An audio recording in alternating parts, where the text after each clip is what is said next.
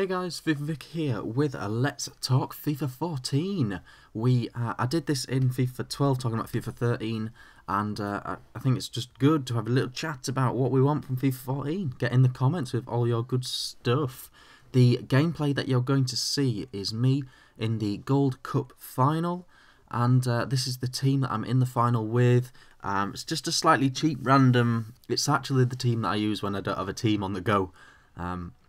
It's just a bit of a skill team with, yeah, a bit of a skill team that's not very expensive. Some of my favourite players in this year. So we will get into the action. It's just a one-game edit of the Gold Cup final, so enjoy that. It's a skill team, but because it's a gold final, it's a little bit sweatier than I would have liked. And we will talk FIFA 14, guys.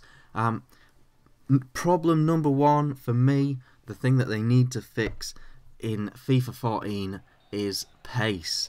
Like, who is best, guys? Who is the best player in the world? Like, out of Rooney and Lahore. Like, come on, guys. It's like Rooney's like 75k at the moment. Lahore's 150k. It's just crazy how pace is such a factor in FIFA. It's just like so unrealistic. FIFA's mandate, they always say they're trying to make the most realistic FIFA football simulation game. The pace is ridiculous, and it's like too much of a factor in this game. It affects the player price of every player. You can win matches purely by pace abusing, and for me, they need to solve that. And for me, the solution is narrowing the gap of pace. I was watching England-Brazil the other day, the friendly. You might have seen it. There was a bit in that game where Neymar got through for Brazil. He got just ahead of Cahill. Cahill sprinted back past Neymar, knocked him out of the way, and cleared the ball out. Now Cahill's got like 68 pace, and Neymar has like 91 pace. Like, so really, is that justified if Cahill can outsprint Neymar on that occasion? Basically, there just shouldn't be much of a gap.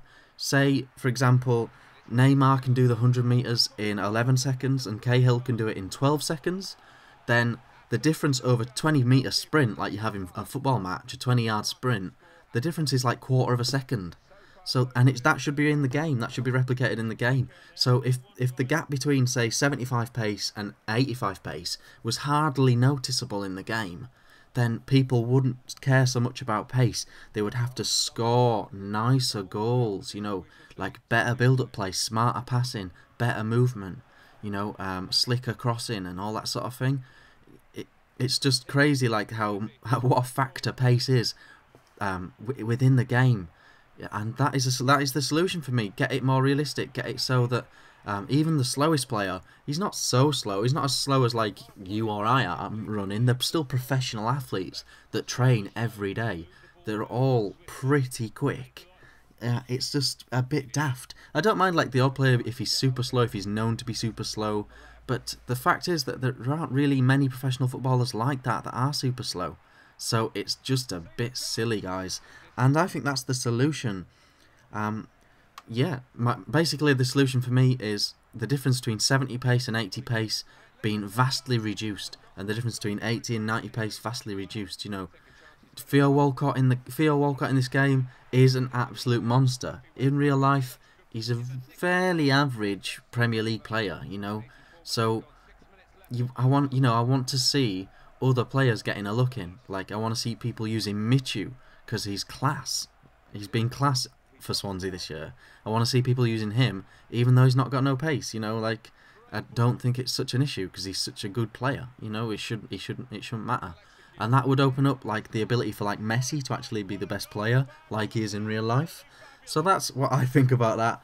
Pace. I think if they fixed it, it'd make it much more interesting. It'd make the market and player prices much more interesting. And yeah, that's my suggestion on that. Please get in the comments if you agree. Don't get me wrong, you know, I like using pace right now, but if it didn't exist in the game, I would try and find something else, another way of scoring goals, you know.